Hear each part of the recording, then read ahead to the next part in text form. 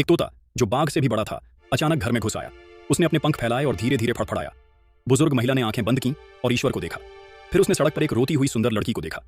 दूसरे पक्ष की विनती के बावजूद तोता फिर भी पंख फड़फड़ाता रहा और धीरे धीरे नीचे गिरता गया। वह सुंदर लड़की भी अपनी आवाज खो बैठी जब वह फड़फड़ाई। और यह विशाल तोता मृत देवता का अवतार है। यह तब अचानक प्रकट होता है जब किसी सैनिक की मृत्यु होती है।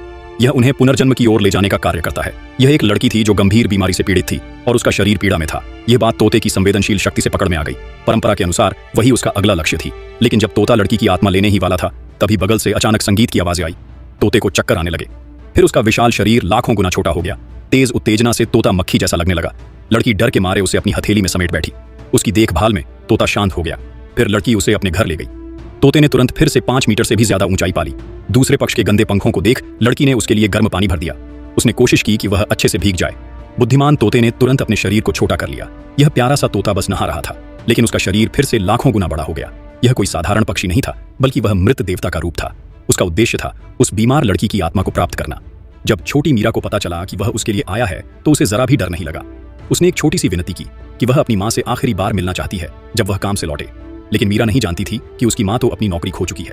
अपनी बेटी के इलाज के लिए उसने सारी जमा पूंजी खर्च कर दी थी, यहाँ तक कि सारे कीमती फर्नीचर भी बेच दिए थे। लेकिन यह दुखद सच्चाई मीरा को मालूम नहीं थी। अनायास तोते ने यह रहस्य उजागर कर दिया। उसने मीरा के कान से सारी बात बाहर निकाल दी।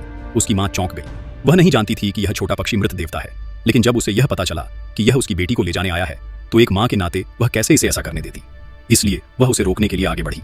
जैसे ही माँ ने उसे पकड़ा, तोता फिर से अपने असली रूप में आ गया। अब यह समझकर कि वह अपनी बेटी की किस्मत नहीं बदल सकती, माँ ने अनुरोध किया कि वह मीरा के साथ कुछ पल अकेले बिताना चाहती है। तोते ने खुशी से उसकी बात मान ली। लेकिन माँ को यह नहीं पता था कि जैसे ही वह पीछे के बाग में पहुंची, एक औरत ने उस पर हमला कर दिया। वह नहीं चाहती थी कि उसकी बेटी उसे छोड़ दे, चाहे सामने वाला मृत देवता ही क्यों ना हो। वह मीरा को उससे दूर नहीं जाने देगी। तोते को मारने से रोकने के लिए माँ ने उसे सीधे अपने मुंह में रखकर निगल लिया। उसे लगा अब संकट टल गया, पर उसे क्या पता था कि उसने तोते की शक्ति अपने भीतर ले ली थी। उसका शरीर पल भर में 5 मीटर से भी बड़ा हो गया। वह लगभग छत तोड़ने ही वाली थी। तभी उस औरत ने झूठ बोला। क्योंकि उसने तोते को खा लिया था, अब उसे मृत देवता की जिम्मेदारी उठानी पड़ी। वह अपनी बेटी को लेकर निकल पड़ी। कभी किसी बेघर को आराम देती तो कभी किसी बूढ़े को जीवन के अंतिम पड़ाव तक पहुंचाती। वह नहीं चाहती थी कि कोई बीमार और पीड़ित रहे।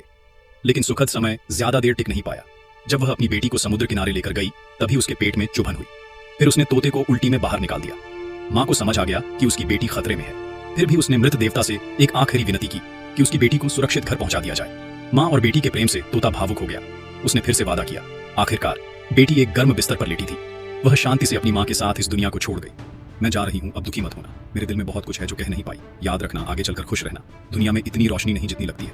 मैं जा रही हूँ, अब मुझे मत देखना। भले ही बहुत सारी बातें माफ करने लायक नहीं थी, मगर यही है वो आजादी जो तुम चाहती थी।